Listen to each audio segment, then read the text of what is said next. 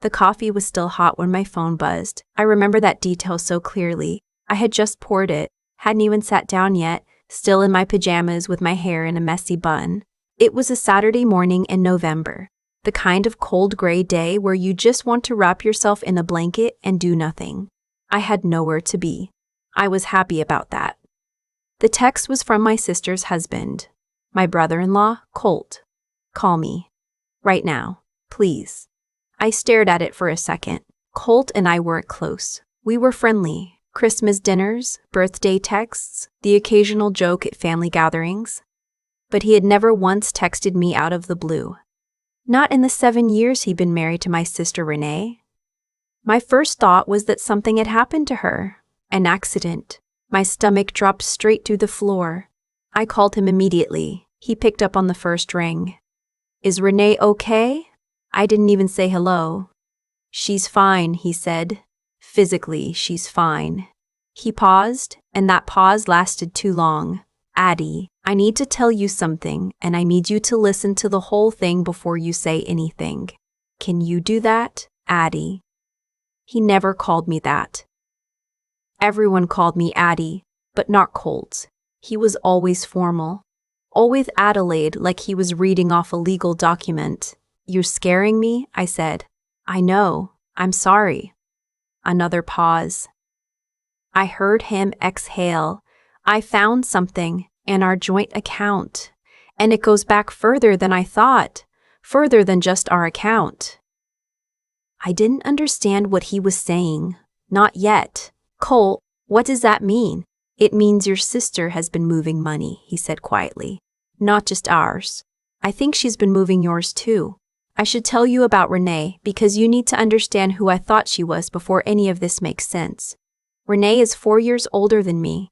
She was always the responsible one, the put-together one, the one who had a plan. When our parents divorced and things got messy and complicated, when the house in Downers Grove had to be sold and Mom moved into that tiny apartment in Waukegan, and Dad basically disappeared into his new family downstate, Renee was the one who held everything together. She was 22.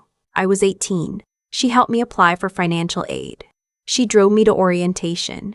She made sure I had groceries my first semester. I worshipped her. I genuinely did. She was a financial planner. Had been for over a decade. Worked at a mid-sized firm in the Chicago suburbs, managed portfolios, gave advice, the whole thing. She had a nice house in Naperville with Colt, a golden retriever named Biscuit, and a life that looked, from the outside, like the definition of stability. When our mom started getting older and needed help managing her savings, the small amount she had, just enough to live carefully on, it was Renee who stepped in. Of course it was. She was the expert. It made sense. When I got my first real job after grad school and started actually having a little money to save, Renee offered to help me too. She set me up with a Roth IRA, walked me through my 401k options, reviewed my budget. She made me feel taken care of. I handed her access to my brokerage account so she could help me rebalance it once a year. It never occurred to me to question it. She was my sister. Colt talked for almost 40 minutes that morning. I sat down on my kitchen floor at some point. I don't even remember doing it. I just found myself sitting there, back against the cabinets, coffee completely forgotten on the counter. He had found a discrepancy in their joint savings, a transfer he didn't recognize, traced to an account he'd never seen before. He thought it was a bank error at first. He called the bank. It wasn't an error. He started digging. He found more transfers, going back almost 3 years. Small amounts at first, the kind you'd miss if you weren't paying close attention. Then larger ones. He hired someone to help him look into it. Not law enforcement, not yet, just a forensic accountant, a friend of a colleague who owed him a favor. That person found the other accounts. There were 4 of them, all opened in variations of Renee's name or business entity she controlled. And the money flowing into them wasn't just from Colt's account. It was from my mother's savings account. From mine, and from at least 2 of her longtime clients at the firm, people who had trusted her with their retirements. How much? I asked. My voice didn't sound like mine. He told me the number. I think I made a sound. I don't know what kind. We're not talking about pocket change. We're talking about the kind of money that takes years to save on a teacher's salary, which is what I make. The kind of money my mother saved by coupon clipping and never going out to eat and driving her Honda until it had 108,000 miles on it, because she refused to take on a car payment. Gone. Or not gone, moved. Sitting in accounts that were controlled by my sister, the person who was supposed to be protecting it. Does she know you know? I asked. No, Colt said. That's why I called you first. Before I go to the police, before I do anything, I needed you to know. Because your mom is going to be devastated. And I didn't want you to be blindsided. I have thought so many times about what I did next, trying to understand it. I didn't call the police. I didn't call my mom. I drove to the grocery store and bought ingredients for soup, and I came home and I made soup and I ate it alone, and I did not cry. I don't know why. I think my brain had just put up a wall and refused to let anything through. Because if I started feeling it, I wouldn't be able to stop. Renee called me that afternoon to confirm Sunday dinner. We had a standing thing. Every other Sunday, I'd drive up to Naperville and she'd cook. It was our version of staying close. She'd gotten into cooking during the pandemic and she took it seriously, trying new recipes, texting me pictures of things she was excited about. The previous week, she had sent me a photo of homemade pasta dough with about 6 enthusiastic emojis. I'm thinking butternut squash ravioli, she said when I picked up. Her voice was completely normal. Warm, even. I found this recipe with a brown butter sage sauce. You'll love it. That sounds great, I said. And here is the thing that still shakes me. It did sound great. Some completely separate, automatic part of my brain registered that butternut squash ravioli sounded delicious and responded accordingly, while the rest of me was standing in my kitchen, holding a phone with my heart pounding so hard I could hear it.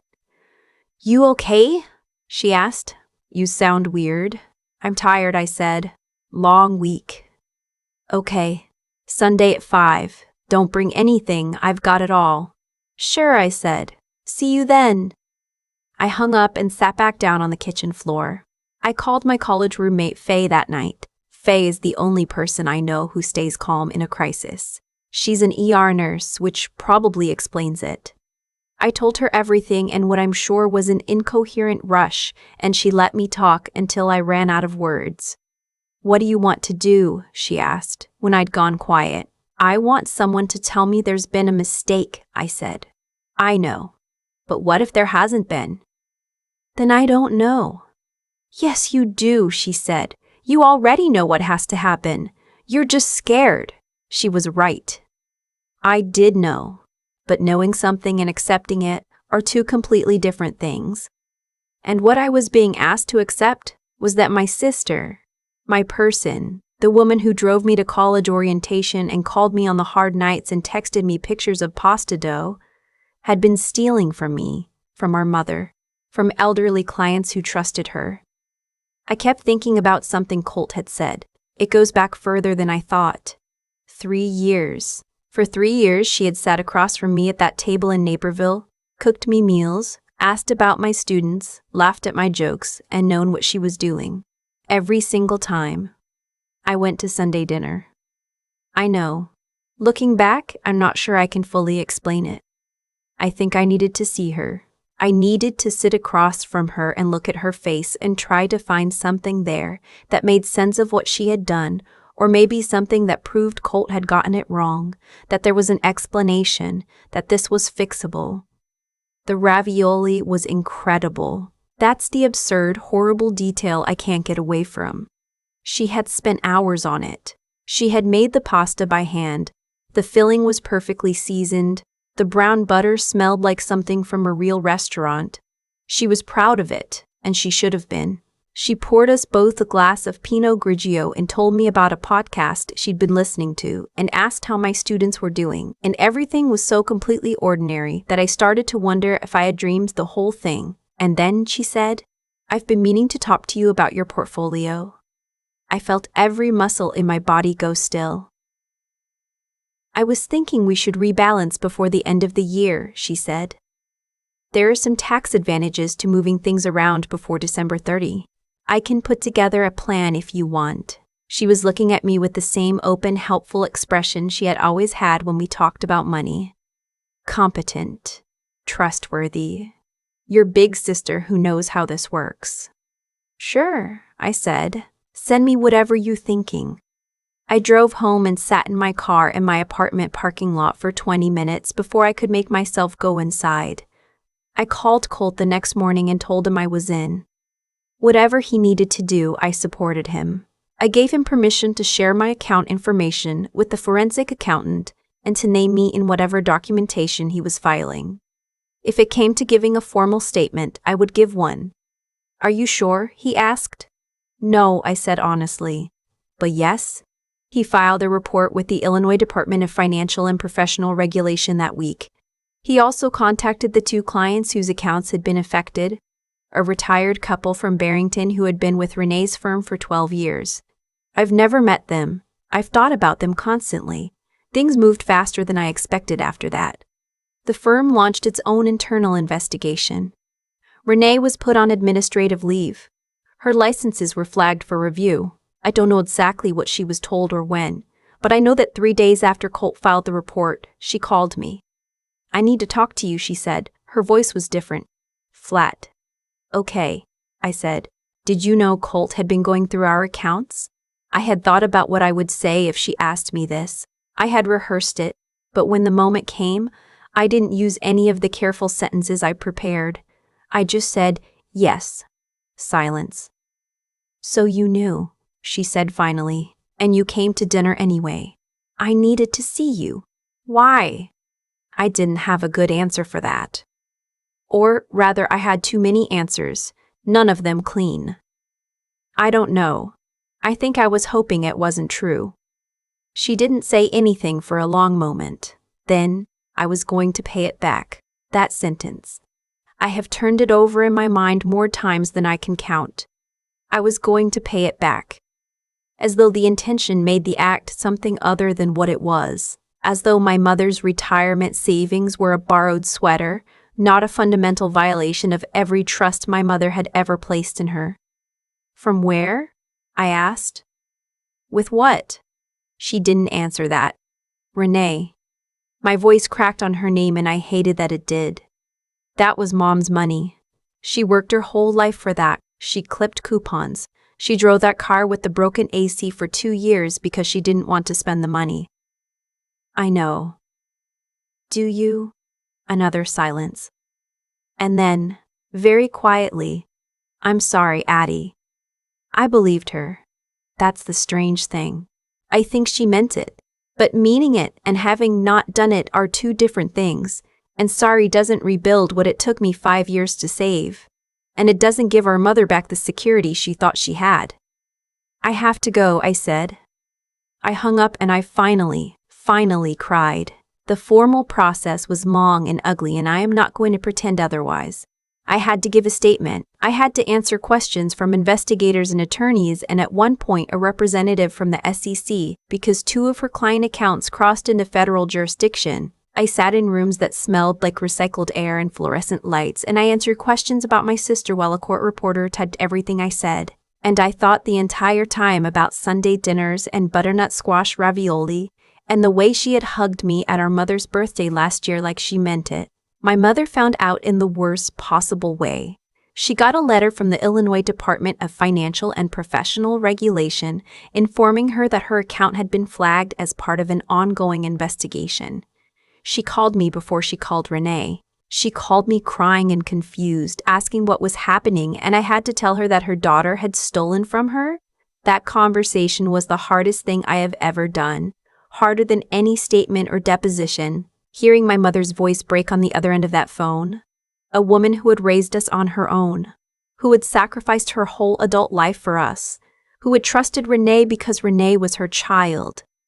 And why wouldn't you trust your child?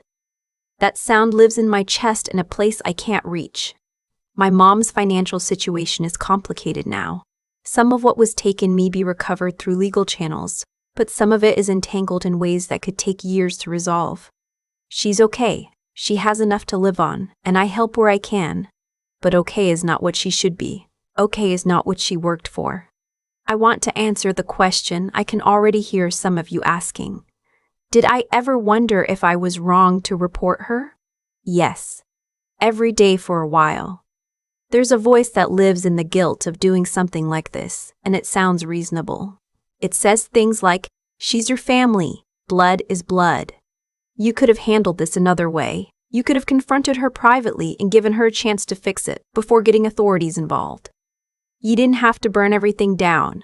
I let that voice talk for a long time, longer than I should have. But here is what I kept coming back to. Those clients in Barrington, the retired couple, they didn't have a private channel. They didn't have a cult who found the discrepancy and called me first. They just had a financial planner they trusted, and she was stealing from them, and if nobody said anything, she would have kept going. Maybe she would have stopped eventually. Maybe she would have paid it back. Maybe. But maybe isn't good enough when you're talking about someone's retirement. I also thought about what it would mean to stay silent, to know what I knew and protect her anyway. I would have had to live in that knowledge forever, carry it at every family dinner, every phone call, every Christmas. I would have had to become someone who chose the comfort of pretending over the difficulty of telling the truth. And I don't think I could have lived in that version of myself. So no, I don't regret it. Even on the hard days, I don't regret it. Renee and I don't speak now. That's the part the guilt voice conveniently leaves out of its argument. The relationship was already over. The moment she made those first transfers, she made a choice. Not me. Her. I didn't end the relationship by reporting her. She ended it the day she decided her needs were more important than our mother's security. I don't know what she's doing now. I know there are ongoing legal proceedings. I don't follow them closely because I can't, emotionally. My told me that my house and closed on my house and Claire. 4. Closer than we've ever been, which is something I didn't expect. We talk on the phone more. I drove down to Elmhurst last month for no particular reason, just to see her, and we watched old movies and she made her pot roast, and it was the best Saturday I'd had in months. She doesn't talk about Renee much. When she does, there's a grief in her voice that I don't try to fix. I just sit with it. Colt reached out to apologize last spring, not for reporting it, but for all of it, for being married to someone who did this, for being part of the structure that enabled it. I told him he had nothing to apologize for. He was the one who found it. He was the one who called me. Faye came to visit in the fall. We went to a farmer's market and drank too much wine and talked about everything and nothing. At one point she asked, "Are you actually okay?" And I thought about it for a real minute before I answered. "I think so," I said. "I'm getting there. There's something I've been thinking about lately, something I haven't quite figured out how to say cleanly. I used to think that trust was something that existed between people, something you built together, mutually, that lived in the space between you. I don't think that anymore. I think trust is something you extend, like offering your hand in the dark, and what the other person does with it is entirely their choice. You cannot control it. You can only control whether you keep extending it to the right people. I trusted my sister. I was right to for most of my life. And then something changed in her. Something I still don't fully understand, because she never explained it and I stopped asking. And the trust became something she exploited rather than honored. I don't think I'll stop trusting people. I'm not wired that way, but I understand now that trust is not a given, not even with family. Maybe especially not with family, because the assumption of safety is exactly what makes it so easy to exploit. I'm more careful now. I pay attention to my own accounts. I ask questions I used to feel too guilty to ask, and I don't let love, even real, genuine love, convince me that someone is above accountability. My hands were shaking when I called Colt back that November morning. I didn't know what I was about to do yet. I just knew something had broken open and couldn't be sealed again. I'm glad I picked up the phone. I'm glad I told the truth. Some days that's the only thing I'm sure of, but it's enough. I've spent a long time trying to make sense of what Renee did. Not excuse it, make sense of it. There's a difference. Excusing it would mean finding a reason good enough to let her off the hook. Making sense of it just means trying to understand how someone gets to that place. Because I think if you don't understand it, you can't protect yourself from it happening again.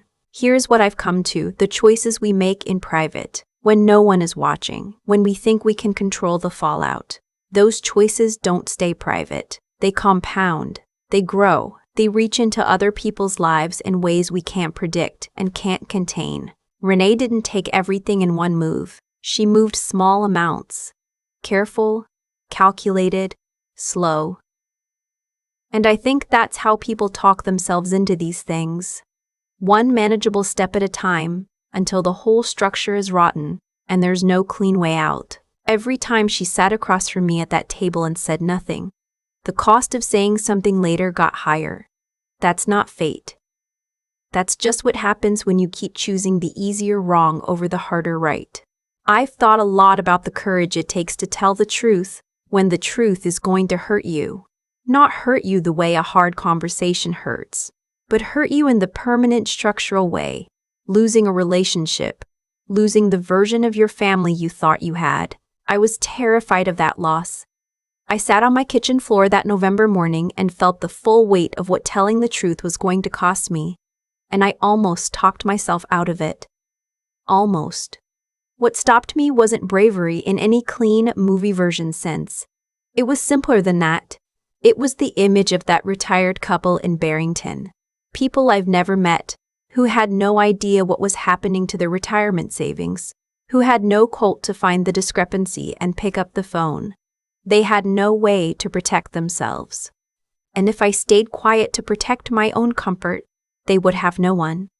That's the thing about integrity that I don't think we talk about enough. It's not just about who you are in the big visible moments. It's about who you are when staying quiet would cost you nothing, at least in the short term. It's about whether you can look at someone else's harm and decide it matters as much as your own peace. I'm not the same person I was before that November. I'm more careful, yes, with money, with access, with the kind of automatic trust I used to extend just because someone shared my last name. But I'm also more deliberate about the people I choose to trust, not more closed, just more honest with myself about what I'm actually seeing versus what I want to see. Faye used to say that intuition is just pattern recognition. Your conscious mind hasn't caught up to you yet. I had patterns with Renee. I chose not to look at. I won't do that again. The hardest lesson wasn't about money or family or betrayal. It was about the relationship between courage and clarity. When you're clear about what actually matters, not what's comfortable, not what keeps the peace at Sunday dinner, the courage to act tends to follow. Not easily, but it follows. I still make butternut squash ravioli sometimes. From scratch, the way she taught me. I don't know why I keep doing it. Maybe because the recipe itself didn't do anything wrong. Maybe because I'm not ready to let her take that from me too. Some things you hold on to, some things you hold on to, some things you let go. Learning the difference is its own kind of ongoing work, and I'm still in the middle of it. I think I probably always will be.